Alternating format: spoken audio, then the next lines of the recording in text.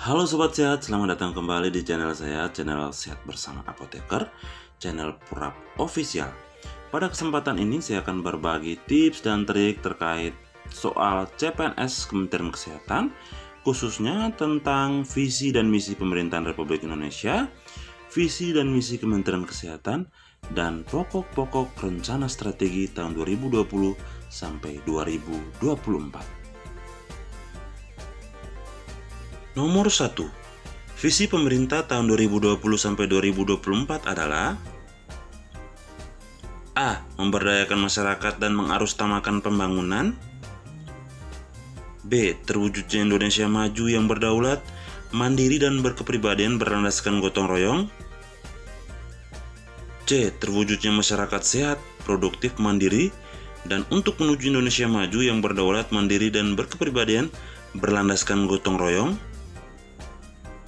D. Perlindungan bagi segenap bangsa dan memberikan rasa aman pada seluruh warga. Dan E. Peningkatan kualitas manusia Indonesia. Saya berikan kesempatan bagi rekan-rekan sekalian untuk boleh memikirkan dan menentukan jawabannya. Kunci jawaban dari soal ini adalah B. Terwujudnya Indonesia maju yang berdaulat, mandiri, dan berkepribadian berlandaskan gotong royong. Kata kuncinya adalah visi pemerintah 2020-2024 Indonesia maju, berdaulat, mandiri, dan berkepribadian gotong royong. Perlu diingat kata kuncinya, Indonesia maju, berdaulat, mandiri, dan berkepribadian landasan gotong royong. Nomor 2. Visi Kementerian Kesehatan tahun 2020 sampai 2024 adalah A. Peningkatan kualitas manusia Indonesia yang sehat. B. Terwujudnya Indonesia sehat yang berdaulat, mandiri, dan berkepribadian berlandaskan gotong royong. C. Terwujudnya masyarakat sehat, produktif, mandiri, dan untuk menuju Indonesia maju yang berdaulat, mandiri, dan berkepribadian berlandaskan gotong royong. D. Perlindungan kesehatan bagi segenap bangsa dan memberikan rasa aman pada seluruh warga. Dan E.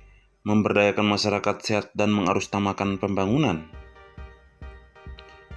Saya berikan kesempatan kepada rekan-rekan sekalian untuk memikirkan dan menentukan jawabannya. Dan jawaban yang benar adalah C. Terwujudnya masyarakat sehat, produktif, mandiri, dan untuk menuju Indonesia maju yang berdaulat, mandiri, dan berkepribadian berlandaskan gotong royong.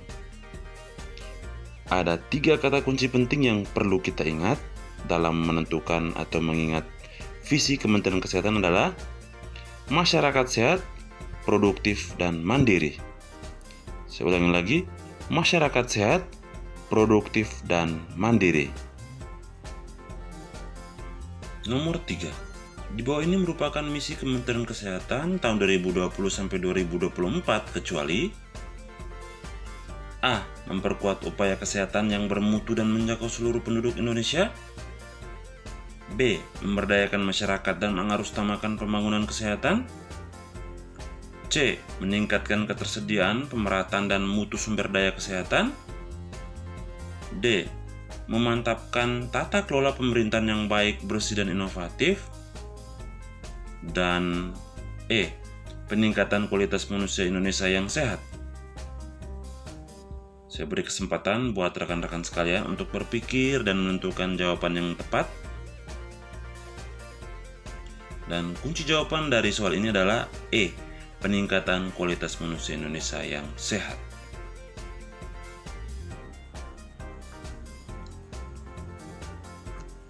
Nomor 4. Di bawah ini merupakan impact pembangunan kesehatan tahun 2020 sampai 2024 kecuali A. Umur harapan hidup 71,5 tahun. B. AKI 305 per 100.000 kasus menjadi 183 per 100.000 kasus. C. PHBS terus dikelola. D. AKN 15 per 1000 kasus menjadi 11 per 1000 kasus. Dan E. Prevalensi stunting bayi berubah dari 30,8% menjadi 14%. Saya berikan kesempatan kepada rekan-rekan untuk boleh memikirkan jawaban dan menentukan jawabannya. Dan kunci jawaban untuk soal ini adalah C. PHBS terus dikelola. PHBS terus dikelola bukan merupakan salah satu dari impact pembangunan kesehatan tahun 2020 sampai 2024. Nomor 5. Arah kebijakan RPJMN bidang kesehatan tahun 2020 sampai 2024 adalah A. Meningkatkan pelayanan kesehatan menuju cakupan kesehatan semesta, terutama penguatan pelayanan kesehatan dasar atau yang kita kenal dengan primary healthcare, dengan mendorong peningkatan upaya promotif dan preventif, didukung inovasi dan pemanfaatan teknologi. B. Mewujudkan masyarakat sehat, produktif, mandiri, dan untuk menuju Indonesia yang maju, yang berdaulat, mandiri, dan berkepribadian berlandaskan gotong royong. C. Meningkatkan kualitas manusia Indonesia yang sehat.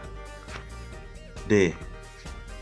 Meningkatkan pengendalian penyakit. Dan E. Menguatkan sistem kesehatan pengawasan obat dan makanan. Saya beri kesempatan buat rekan-rekan sekalian untuk berpikir dan menentukan jawaban yang menurutnya paling benar.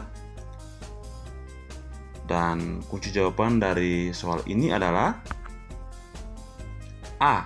Meningkatkan pelayanan kesehatan menuju cakupan kesehatan semesta, terutama penguatan pelayanan kesehatan dasar atau primary healthcare, dengan mendorong peningkatan upaya promotif dan preventif, didukung inovasi dan pemanfaatan teknologi. Jika redaksi kalimat yang panjang ini kita ambil kata kuncinya, maka yang perlu kita ingat adalah pelayanan kesehatan menuju cakupan semesta. Saya ulangi lagi kata kuncinya, pelayanan kesehatan menuju cakupan semesta. Itu merupakan arah kebijakan RPJMN. Nomor 6. Berikut ini merupakan strategi kebijakan RPJMN bidang kesehatan tahun 2020 sampai 2024 kecuali A. Peningkatan kesehatan ibu, anak, KB, dan kesehatan reproduksi. B. Percepatan perbaikan gizi masyarakat. C. Peningkatan pengendalian penyakit tidak menular. D. Penguatan gerakan masyarakat hidup sehat atau GERMAS. Dan E. Penguatan sistem kesehatan, pengawasan obat dan makanan. Saya beri kesempatan buat rekan-rekan untuk berpikir dan menentukan jawaban yang tepat. Dan kunci jawabannya adalah C. Peningkatan pengendalian penyakit tidak menular. Peningkatan pengendalian penyakit tidak menular bukan merupakan strategi kebijakan RPJMN karena yang seharusnya adalah peningkatan pengendalian penyakit tanpa ada keterangan menular ataupun tidak menular. Nomor 7. Berapa jumlah tujuan strategis Kemenkes tahun 2020 sampai 2024? A1, B3, C6, D7, E9. Saya beri kesempatan buat rekan-rekan sekalian untuk berpikir dan menentukan jawaban yang tepat. Dan kunci jawabannya adalah C6.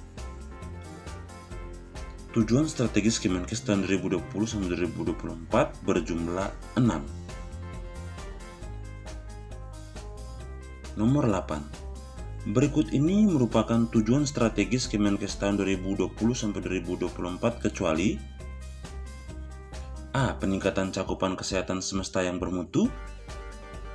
B. Peningkatan status kesehatan masyarakat melalui pendekatan siklus hidup. C. Peningkatan pembudayaan masyarakat hidup sehat melalui pemberdayaan masyarakat dan pengarusutamaan kesehatan.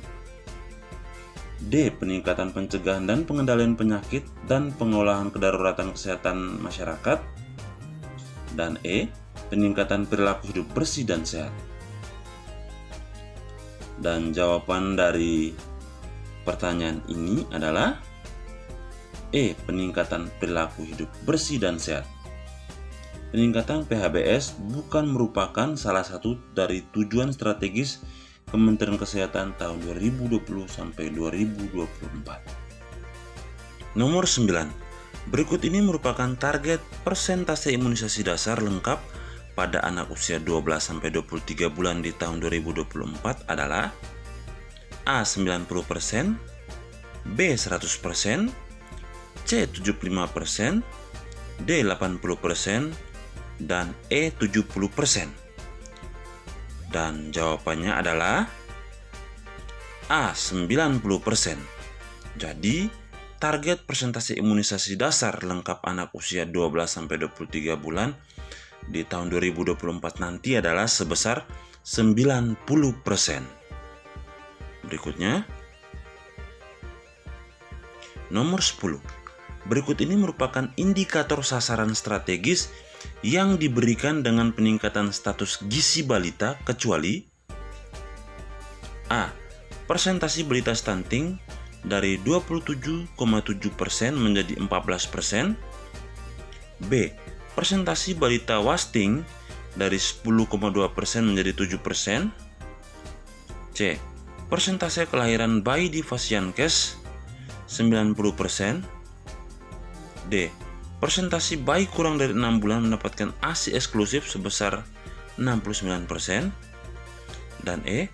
Persentase desa stop buang air besar sembarangan sebesar 90%. Dan jawabannya adalah C. Persentase kelahiran bayi di Fasiankes 90%. Oke, baik rekan-rekan sekalian, itu tadi 10 soal terkait visi pemerintah Republik Indonesia, visi dan misi Kementerian Kesehatan, dan pokok-pokok Renstra tahun 2020 sampai 2024. Sebelum mengakhiri diskusi kita ini, saya ingin menambahkan satu buah soal sebagai soal bonus, dan harapan saya rekan-rekan sekalian bisa memberikan jawabannya dengan cara mengetik pada kolom komentar. Soalnya sebagai berikut. Nomor 11, soal bonus. Berikut ini merupakan indikator sasaran strategis yang berkaitan dengan penurunan kematian maternal dan neonatal kecuali A. Persentase bumil cake dari 17,3% menjadi 15%. B. Persentase bumil mendapatkan ANC keempat ideal dari 74% menjadi 95%. C. Persentase persalinan di Fasiankes 95%. D.